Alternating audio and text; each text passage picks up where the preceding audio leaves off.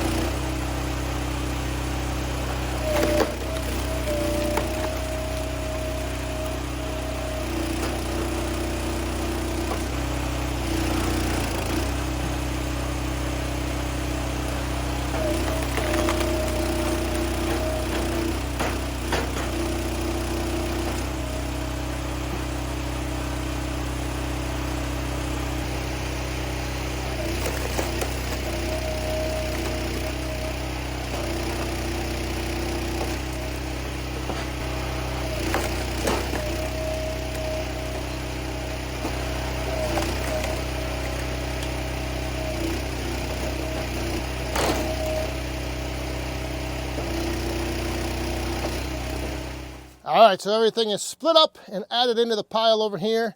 So now this little tip that I'm going to give you, you're probably going to say, well, that's pretty simple, and obviously that's something you should do, but it's something that I almost didn't do, and I'm glad I caught myself before it happened. And what that is taking the drawbar out from the front. On the Wolf Ridge, you can slide the drawbar all the way through and like get it out of the way so it's not sticking out. But if you forget to take the drawbar out and you split and you create a pile in front of your splitter, you're not going to be able to take the drawbar and then hook it up to the back of your splitter to pull the splitter out. And so I almost forgot to do that. Oh, one real quick, the other thing, from a few videos ago, a few people did comment, and yes, I did have the 6-way wedge on this wedge holder backwards. I had the wings and the sharp edges pointing out, and so the wedge does fit on there like that. So as you're walking around the back of the splitter here, you're not going to bang into these sharp edges like I first had it. So I did swap that around, and yes, it does fit on there the other way. But back to the whole drawbar thing, like I mentioned, it does seem like something pretty simple and straightforward and an obvious thing to do, but just wanted to throw that out there. I know there's other splitters on the market that also have that option where you can remove the drawbar from the front, hook it up to the back, and then pull the splitter out from your pile. I mean, this obviously doesn't matter if you are parked in front of a conveyor, but in this case, with everything coming down into a big pile in the front of the splitter, it would have been a little tough to, I would have had to move all of this wood out of the way and then take the drawbar out.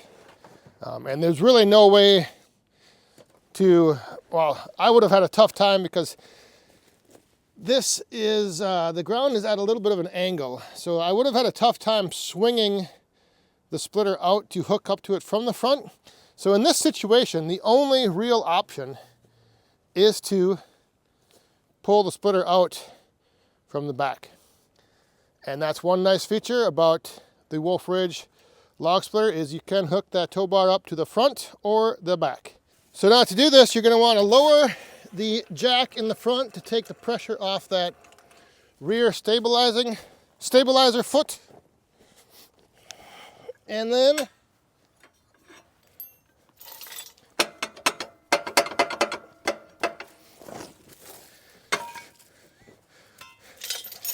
take that out.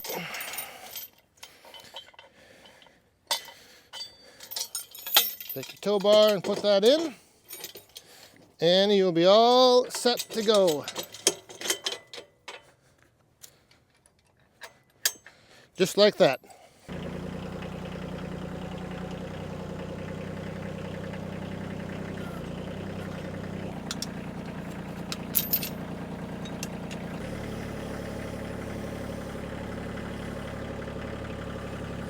All right, so that little morning task that I had on my agenda is now complete. I got those rounds picked up and added to the boiler wood pile over there. And let me tell you, this morning when I got out here, it was a little chilly, and now it's warming up. So I've got these insulated bibs on. I am sweating my butt off. So I'm gonna go in, have some lunch, change, and then get to the next items on the agenda.